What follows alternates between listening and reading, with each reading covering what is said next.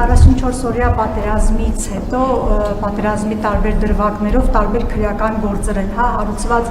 Արցախի պաշտպանության բանակի եւ բարձրաստիճան զինվորականների եւ շարքային միջին օղակի զինվորականների նկատմամբ նրանք տարբեր դրվագներով այսպես անցնում են, դեր որոշ գործերի մեծ մասը դատարանում են,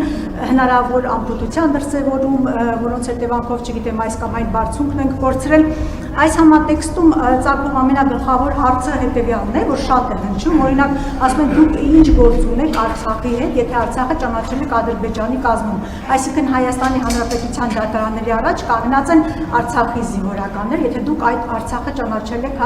Ադրբեջանի կազմում եւ դուք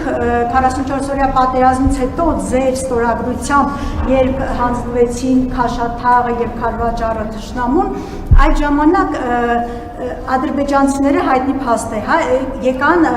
այսինքն հայկական զորքերին հետ քաշելու հրաման տրվեց, հետագայում դուք 21 թվականին ազգային ժողովի ամբիոնից ասացիք, որ հենց դուք եք տվել զորքերի հետ քաշման հրամանը եւ ադրբեջանցիները GPS-ներով տեղակայվեցին հայկական ռազմավարական բարձունքներին, հետագայում իմացանք, թե ինչ տեղի ունեցավ Հայաստանում, մի քանի հարձակում եղավ, որից ամենախոշորը 22-ին նորից տարածքներ կորցրեցինք։ Հիմա նաեւ այս հարցն է հնչում, արդյոք ձեր հրամանները եւ գործողությունները չպետք է քննվեն, գոնե քննության ենթարկվեն իրավապահների կողմից կամ չգիտեմ կաննեք թեկուզ դատարանի առաջ չպետք է քրեական գործեր հարուցվեն, հասկանալու համար ձեր հրամանների հետևանքով Հայաստանի Հանրապետությունը ինչ վնասներ ունեցավ, գոնե քննության ենթարկվեն, այս հարցադրումները շատ հնչում եւ Արման Թաթոյանի բանավեճի հրավերի հետ կապված նա նաեւ երեք հայտարարեց, որ ձեզ պահում են նախկինները, այսինքն ասաց, որ եթե նախկին նախագահները իրենց կուսակցություններով, ուժերով չմասնակցեն դրա պայքարին, քաղաքացիական պայմանագիրը մոտավորապես այսպես շանսեր չի ունենա, վերընտրվելու կամ հաղթանակ ունենալու։ 2026 թվականի ընտրությունները ցույց կտան, ով ինչ շանսեր ունի։ Ինչ վերաբերում է ձեր առաջին հարցին, նախ առաջին մասով դատավարություններ են ընթանում,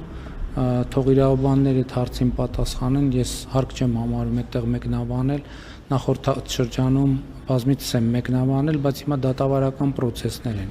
Ինչ վերաբերում է ձեր երկրորդ հարցին, այդ քննությունը տեղի է ունեցել, ես գործով հարցաքննվել եմ 5 ժամ կամ չգիտեմ կներեք, եթե ժամի հարցում սխալվեմ, հրապարակային քննվել եմ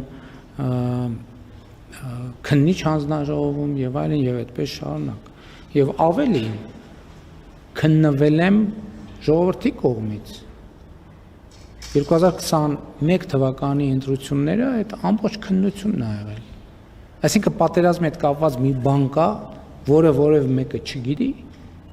տենց բան կա, որ որևէ մեկը չգիտի, այդ որ ասում եք քրեական գործեր եւ այն ձեր կարծիքով քրեական գործերի մեջ ավելի կա, քան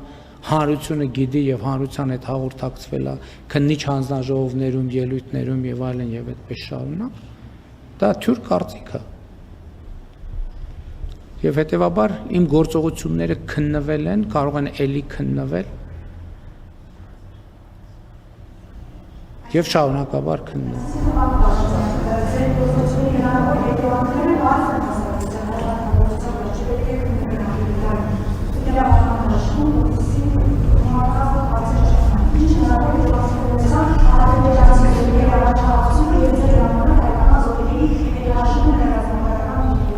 Ուրեմն ես երբեք որևէ հրաման չեմ տվել Հայաստանի Հանրապետության որևէ ինքնիշխան տարածքից Հայաստանի Հանրապետության որևէ զորքի հետ կաշման մասին, սա առաջինը։ Երկրորդին գործողությունները քննվել են, այն մնացած մասերով թող էլի քննվեն, թող անընդհատ քննվեն եւ այդպես շարունակ։